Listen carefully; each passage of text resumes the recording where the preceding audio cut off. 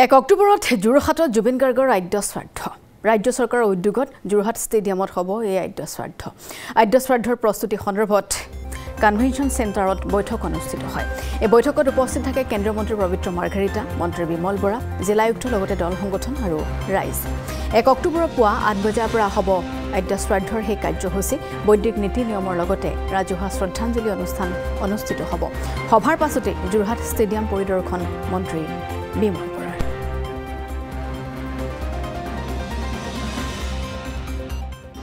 মাননীয় মুখ্যমন্ত্ৰী ডাঙৰীয়াৰ পৰামৰ্শ অনুসৰি আজি আমি যোৰহাটবাসী ৰাইজৰ লগত মিলিত হৈছিলোঁ এই মাংগলিক কাৰ্যসূচী সুচাৰুৰূপে সম্পন্ন কৰাৰ ক্ষেত্ৰত ৰাইজৰ লগত আলাপ আলোচনাত বহিছিলোঁ আৰু দীৰ্ঘ সময় ধৰি হোৱা আলোচনাৰ অন্তত যোৰহাটৰ ৰাইজে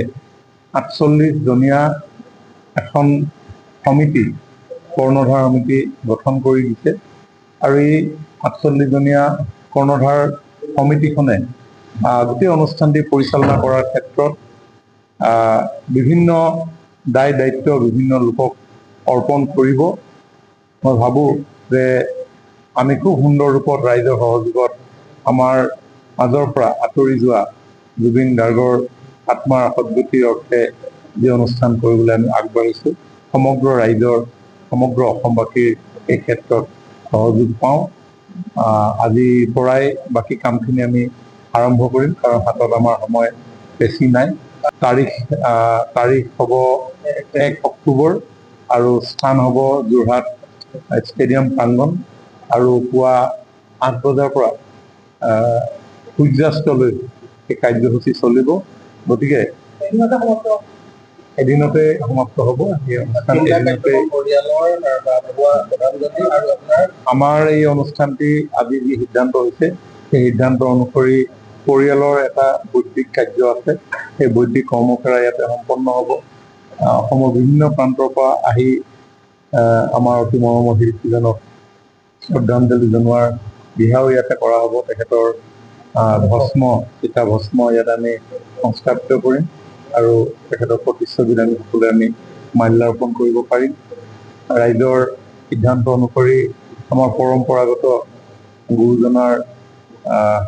যি সৃষ্টি নাম প্ৰসংগৰ পৰা গায়ন বায়নৰো দিহা কৰা হৈছে দিহানাম গীৰনাম শিৱনাম ইত্যাদি আমাৰ পৰিবেশ্য কলাও ইয়াত প্ৰদৰ্শনৰ ব্যৱস্থা কৰা হ'ব যিহেতু জুবিন গাৰ্গ ডাঙৰীয়াই দিহানামক তেওঁৰ মুখৰ জৰিয়তে তেওঁৰ সৃষ্টিৰ জৰিয়তে এক মাত্ৰা প্ৰদান কৰি থৈ গৈছে আৰু লগতে আজিৰ এই সভাত সৰ্বধৰ্মৰ এক প্ৰাৰ্থনা সভাৰো পোষকতা কৰিছে এই গোটেইখিনি কামে আমি এই পুণ্যাত্মাৰ মুক্তিৰ কাৰণে কৰিবৰ কাৰণে আমি প্ৰয়াস হয় গোটেইখিনি আজি ৰাইজৰ লগত আমি পুংখানুপুংখভাৱে আলোচনা কৰিছোঁ যোৰহাটৰ জ্যেষ্ঠসকল উপস্থিত আছিলে যোৰহাটৰ দল সংগঠন সকলো উপস্থিত আছিলে আৰু সকলোৰে মতামতৰ ভিত্তিতে এইখিনি হৈছে আৰু চৰকাৰে ৰাইজৰ এই গোটেই উদ্যোগটোত আমি সহযোগিতা